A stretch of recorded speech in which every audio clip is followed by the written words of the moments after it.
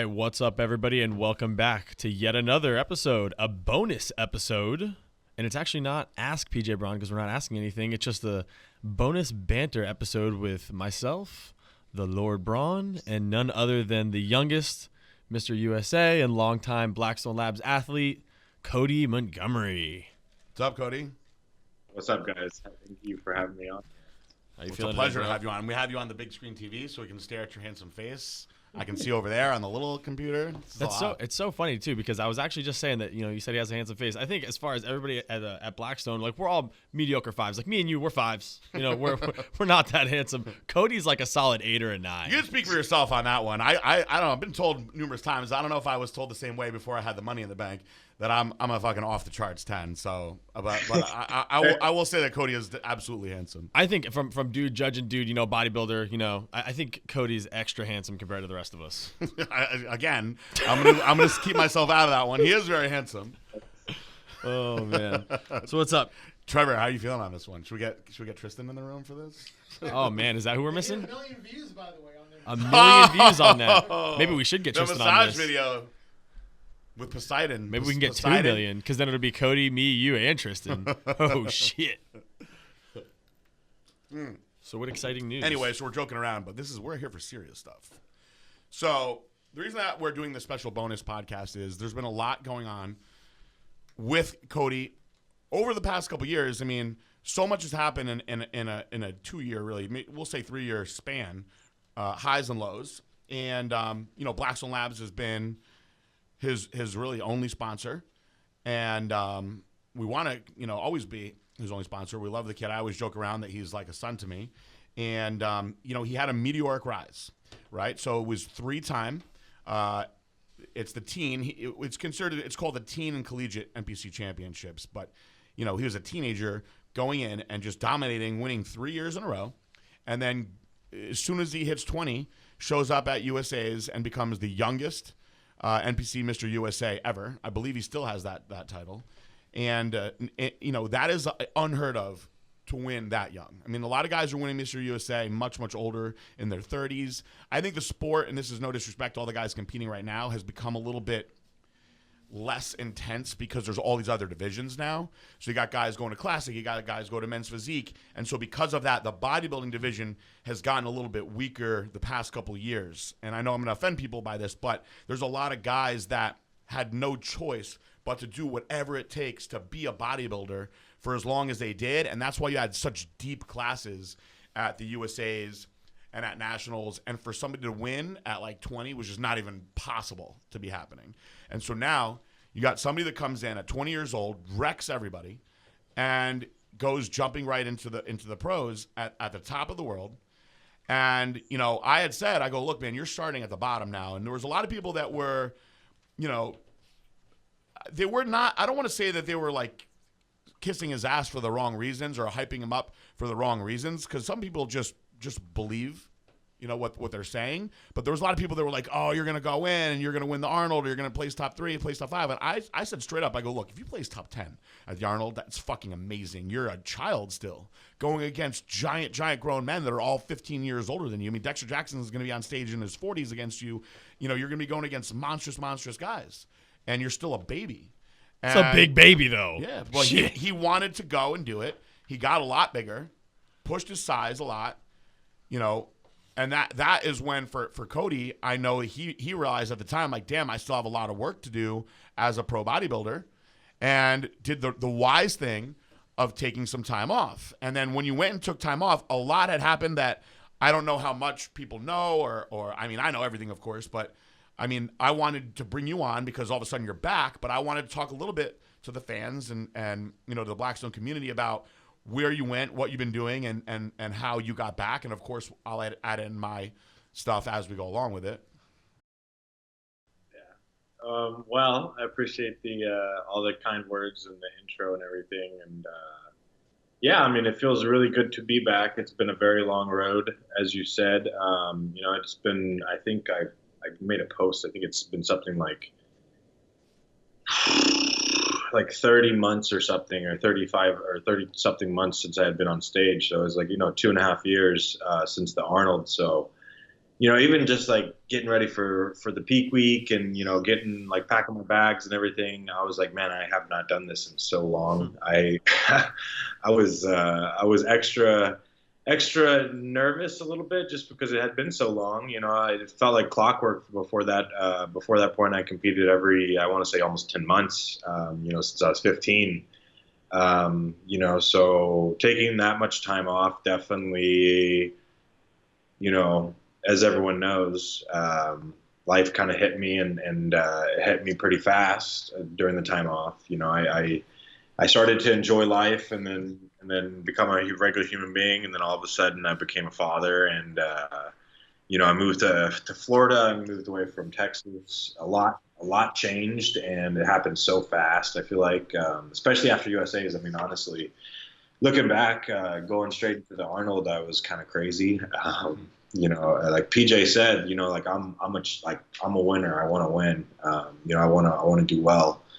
Top 10 for me is like, like I don't even really want to train for top 10. No matter what the show is, it's just the mindset that I have. And going to the show, I'd never actually lost. Like PJ mentioned, I did Teenage Nationals 2012, 2013, 2014, and I won all 3 of those years. And then in 2014, I did the Collegiate Nationals as well, and I won that. And my NPC side before that was actually, funny enough, my first show ever was the NPC Dallas Europa. So, coming home this weekend is going to be pretty cool because that was the first show I ever did. I remember my mom and my mom getting me ready. Oh, man. Dude. Trust me, I've cried on my podcast like the past 3 weeks in a row. But yeah, going home is going to be pretty cool to see my parents, and it's been a long journey, man. So I'm really excited to get back on stage again. Toronto was amazing. Of course, I wanted to win, but second place at the pro show, man. I'm pumped, and like PJ said, I'm happy that he's happy. He's been my boss for almost 5 years now, so it's as crazy as that is to say. I'm very, very fortunate to be around as long as I have, and for him to be loyal to me. I know I wasn't the best for the last couple of years, but I'm trying to get back. And what people saw in Toronto was just a little bit of a preview from that. I really think I still have a long ways to go to come all the way back.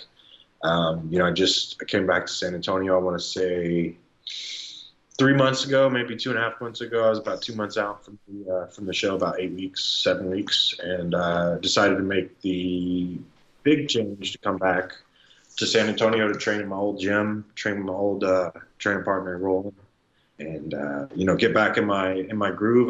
When I moved, it just messed with my head. I was homesick, and I have a really, really good crew here. I have a really good chiropractor. I have a good massage therapist. I have, all the facilities I need. I have a really great gym, the Muscle Factory, great people. And, once you kind of get out of your groove, life starts happening. And then, of course, my son Brax, and, moved down of state away from my family, and, just kind of grew up a little bit, and life started happening. And I was like, man, like I thought I wasn't happy in San Antonio, but really it was just I wasn't happy with my life at the time. So, getting back now to where I'm at, I'm probably the happiest that I've been in a long time. The last few months, this has been the hardest prep, I feel like, because I'm eating almost nothing. Making weight is pretty hard, and it's very stressful. But just to be back and doing what I love and just grinding and, being around the people that support me in my dreams, it feels pretty good. So I feel really blessed, and, I'm really, really excited just to feel like I got my feet back on the ground, and like I can start working my way back up. So I'm excited and very, very, very thankful to Blackstone Labs for having my back, for PJ. He's like a father to me. He's had, multiple talks that, if people really knew, everything, like PJ is a man. He's got a huge heart, and I'm super, super thankful to be a part of Blackstone Labs, and to call them my family. So thank you for all that, first of all. Yeah, me crying over here now too. I'll give you guys bullet points of the years of me and Cody. So, people presented him to Aaron first, and they were like, "You guys should pick this kid up." And Aaron was like, "I want to sign this kid," and I was like, "A fucking teenager? No." And he was like, "No, he's really good. Look at his pictures." And I was like, "Yeah, he is really good." And we sent him some products and et cetera, et cetera. And of course, we decided to bring him on. Then he came down before USA's. I believe it was 7 weeks out.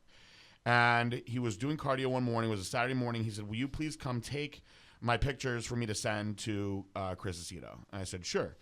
I went to Busybody West, and he did his cardio, and then we went and took pictures. And when I was taking his pictures, I reached out to my old retard partner, and I was like, "Hey, man, I want to sign this kid. I want to extend his contract today." And he goes, "Why?" And he was like, "I thought you didn't want a teenager." And I go, "Listen, I've been doing this for a long time. He's going to win USA's. I'm positive." And he was like, "Really? That good?" And I was like, "Yeah, he's very, very good. I mean, he's going to 100% win USA's. Let's get behind him. Let's sign him right now." We wound up actually extending your contract that weekend. I was right. You did go win USA's. And, we started our journey together. And then you came into the office one day, let's fast forward a little bit, and you were like, "Hey, I want to talk to you privately." And we went into what is now Stefan's room. And we sat down. He's like, "I've been wanting to get you alone to tell you." And he had a big smile on his face. And you said, "The only people that know this are my parents. So I wanted you to know first. After my parents, I'm going to be a dad." And I was like, "Holy shit, congratulations." And I gave him a hug. And when I was hugging him, I just looked at the wall and I was like, "Son of a fucking bitch." And I didn't want to say it in the moment, but I'm like, "Oh, there goes Cody with Blackstone Labs." And of course I want to just be supportive as a friend. And I don't want to call myself a mentor, a father figure, but as an older guy that's been around, I mean, this is something that at his age could really really break him.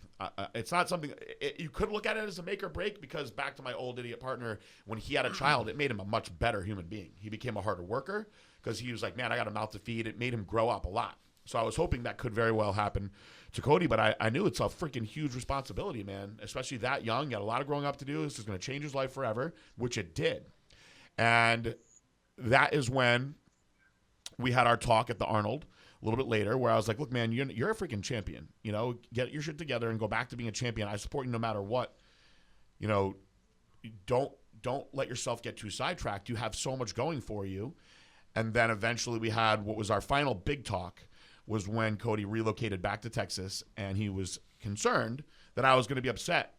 Because for those of you who don't know, I moved Cody here, and it wasn't the most expensive thing in the world. I don't remember what it cost, like, I don't know, $5,000 or something like that. And we relocated Cody to Florida. And we had this whole awesome vision of just videotaping him every day and just doing this whole shit and just media everywhere. And we started out that way, but you relocated to Tampa, which is a good 3-4 hour drive. So when you relocated to Texas, to me, it was no different than you being in Tampa. And I said, "Look, man, if you're better in Texas, then freaking stay there, because you're already far as hell away from me anyway."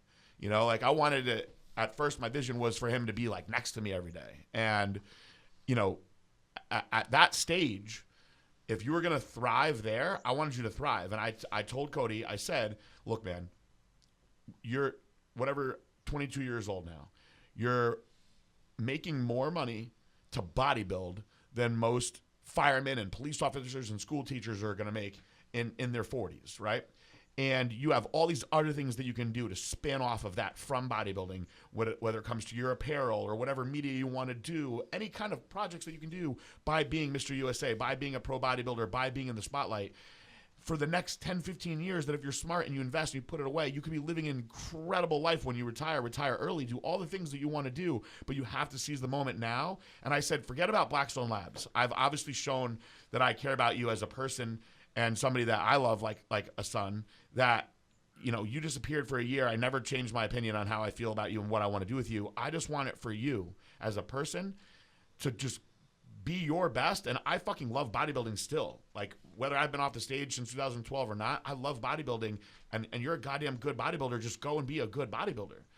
And, Cody told me, he's like, "I'm going to do the 212 division." Now, normally I would be like, "Oh, God, why?" No. But here's the deal. When he said that he wanted to do classic, we had a talk at the Arnold, and I thought it was a really good idea. And Reagan had said that he was doing classic, and a lot of these younger guys were making the decision to do that. And if anybody on the outside thinks that you can just jump into open bodybuilding these days and kick ass, I'm sorry, but you're very, very mistaken. For starters, most of these guys are much, much, much, much older. And it takes years and years and years to put on that size. And I'm sorry, if this offends anyone, it takes a lot of drug use, a lot. It's an intense training, of course. It's intense dieting. It's a lot of drugs. And outside of everything that I just said, most importantly, it's genetics. So you got to put all those things together. And if you're lucky enough, you'll be a good open bodybuilder for a little while. But I told Cody, I said, you're a while away from that. But if you do classic, I think you can be very fucking good right now and then grow into bodybuilding later on. And I supported it. When I saw him, when he was first starting his serious training again, he was already 220 pounds and he had separation in his quads, lines in his hamstrings. And I was like, shit, you have to lose 20 pounds from this? I just don't know if that's even possible. And of course, he kept on growing. He's young and he's training again. And his body wants to grow. So, he goes, look, I just don't think that it's possible for me to get down to 200. And him and Aceto talked about it. And I've said this numerous times. Me and Chris Aceto haven't spoken in years, but I believe that Chris Aceto is the best coach. I believe that he is the most intelligent. I think he understands the human body the most. I've molded much of what I do around books that I read from Chris Aceto when I was in college. And if they put together a plan for him to excel as a 212 bodybuilder, then I stand behind it too. And I was like, man, well, I think you might be tall in that class, but let's just see how it goes. And Cody was like, what do you want? What will you be happy with? What do you want to see from me? I go, honestly, dude, I just want to get on stage in really good shape. You've been gone for so long. Please just get on stage in good shape like you were in USA's, and everyone's going to be talking about you again. Just get shredded one more time. And Cody, do you remember what you said to me when I said that? Yeah, I said I want to win. Yeah, I was like, all right, that's great. If you do that, I'll be very happy. I said that I'm going to do a couple and that I want to win one of them. Mm-hmm.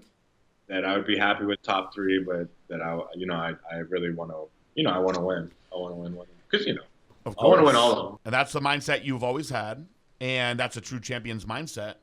And I said, look, if you get in the top 5, I'll be freaking so happy. And if you win one of these, man, that's just extra for me. I said, I'll always stand by.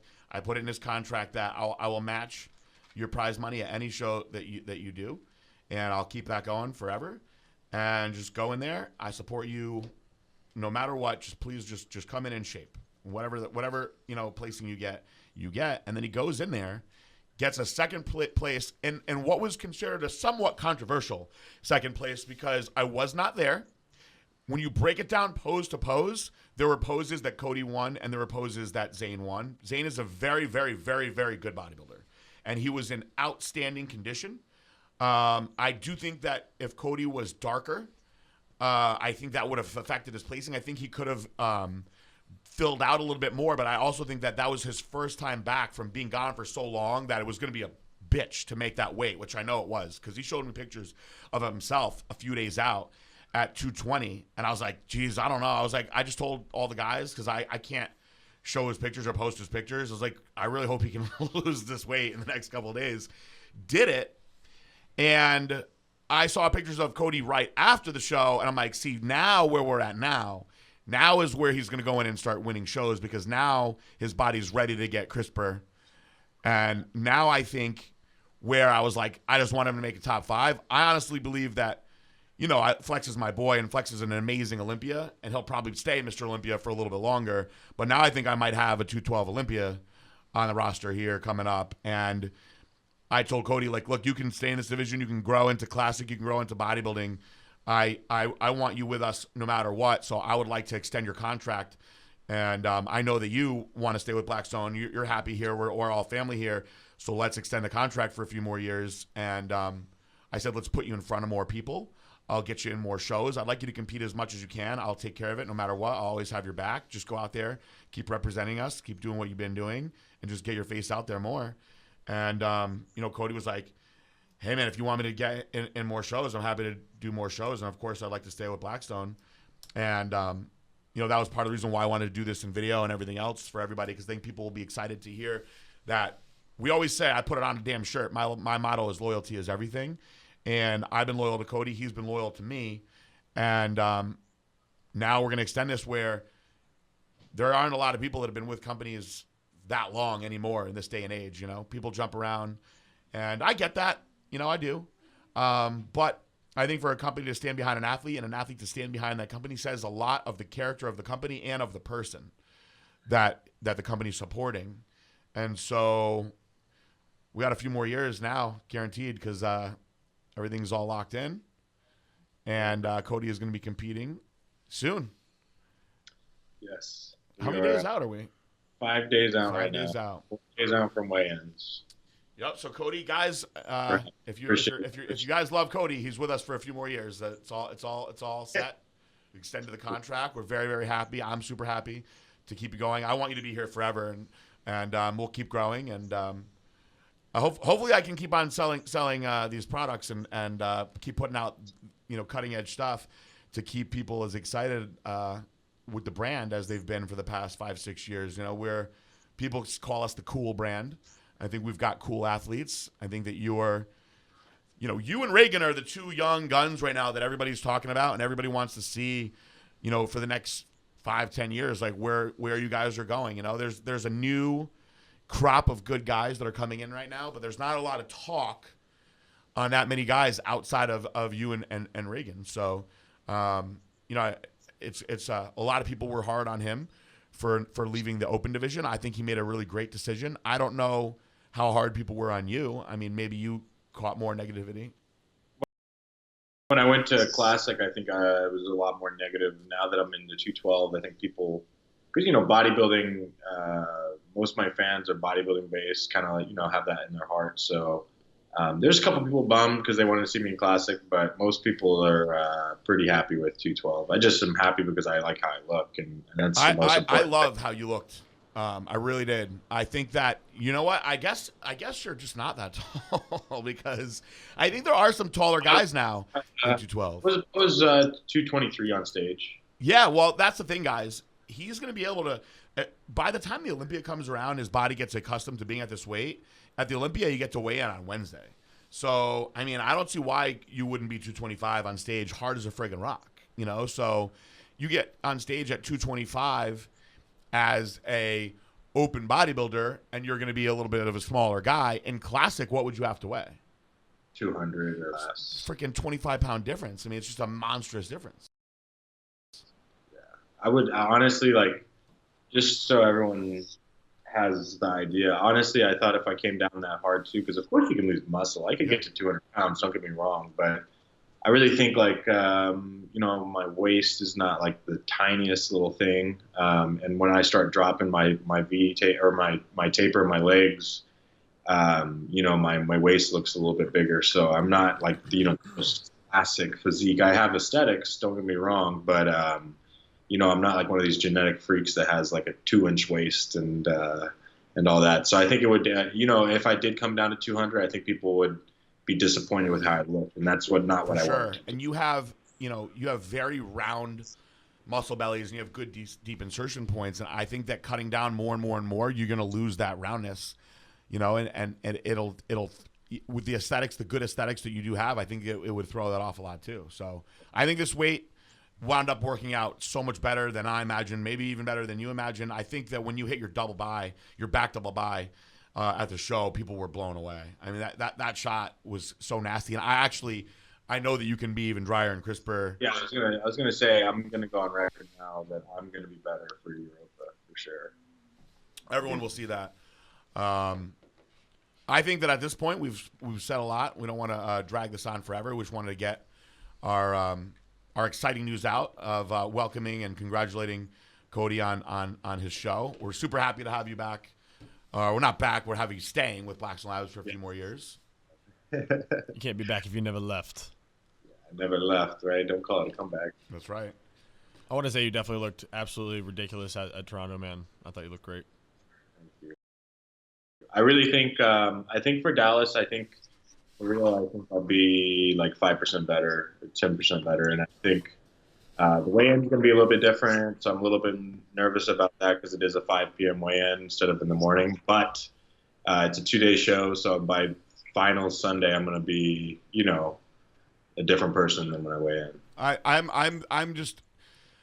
I'm very, very confident in this week because I like I said, if you've done this enough times, like you have or I have, for the people that haven't done it, when you take a long time off, it's hard to get what you want to get out of your body that first crack. There's a lot you got to figure out, and just and the nerves and the stress and everything. I feel like a little bit, I have a little bit more confidence. I have more like, I know what I'm kind of going to get into this week. I know, like Thursday I probably won't eat anything or not a lot, and it won't stress me out as much because I know what's coming. Yeah, it's very, very exciting.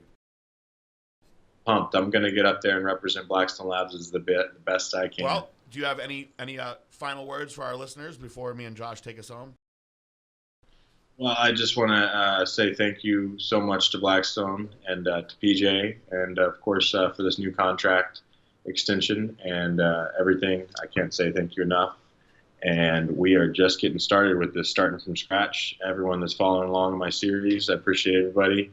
And we're going to have lots more videos to come with all of that, and hopefully get this year going to September. So, I appreciate everybody's support, and hopefully I'll be back on the show soon. First ever podcast for us with a guest, with a video guest. No, we've had podcasts with other guests, but we haven't had a video guest. We have had podcasts with other guests. Sorry, other guests. And one thing I wanted to say earlier when you were talking about going back and going back to your old gym and stuff is, if you guys aren't following Starting from Scratch, I got to tell you, man, like, being in the fitness industry, working here at Blackstone Labs, we all see a whole lot of fitness videos, and when it comes to filming somebody working out in the gym, you've seen a lot of it done over and over again. Some people do it better than others, and I have to give a hand to Cody and his videographer out there. They are doing a great job. The videos are very gripping. The angles and everything that they're shooting from, the editing, it looks great. There's something about it that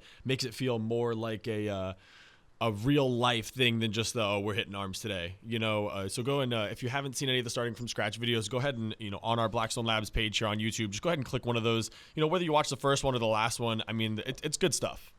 I think that it's good, and it's different stuff too. I think that we'll start seeing more and more of Cody's personality coming out more and more. Now that he's got his confidence back and he's back in his groove. I want to say also, Cody, thank you for giving me hope and loyalty in this sport, because as much as I put out, it seems like I don't get a back that much anymore. But I have great guys like you around that give me hope for everybody else that's coming. So thank you for that. I love you very much, and I'm extremely excited. So it's a hard thing, nowadays to find such a good young dude that's in such great shape that, has a good head on his shoulders that even cries about his mom on camera in front of everybody and doesn't even care. Yeah. You know what I'm saying? It's hard to find that kind of stuff. I love you nowadays. too, Mom. I know you don't listen to this, but somebody will show it to you. Yeah, I love you too, Ma. Monday after the show, I would have pasta shells. Hell yeah. Oh, pasta shells. Send some to me. You want my address? I think you can overnight those. They'll probably still be good. All right. Well, listen. We're all excited about this weekend. This podcast is gonna come out real fast. We're recording this on Monday night. It is 5:00 right now, and we'll obviously be updating everybody on what's going on with Cody this weekend. And Cody's gonna be in front of a bunch of people this year, and of course, we'll be seeing him at the Olympia. We'll have our awesome booth at the Olympia, and he'll be on the stage at the Olympia, which is pretty freaking amazing. But let's go win this weekend first. And on that note, Josh, why don't you just take us home like you always do? Well, everybody, we're going to end this the same way we always do, and that's with a peaced out bye.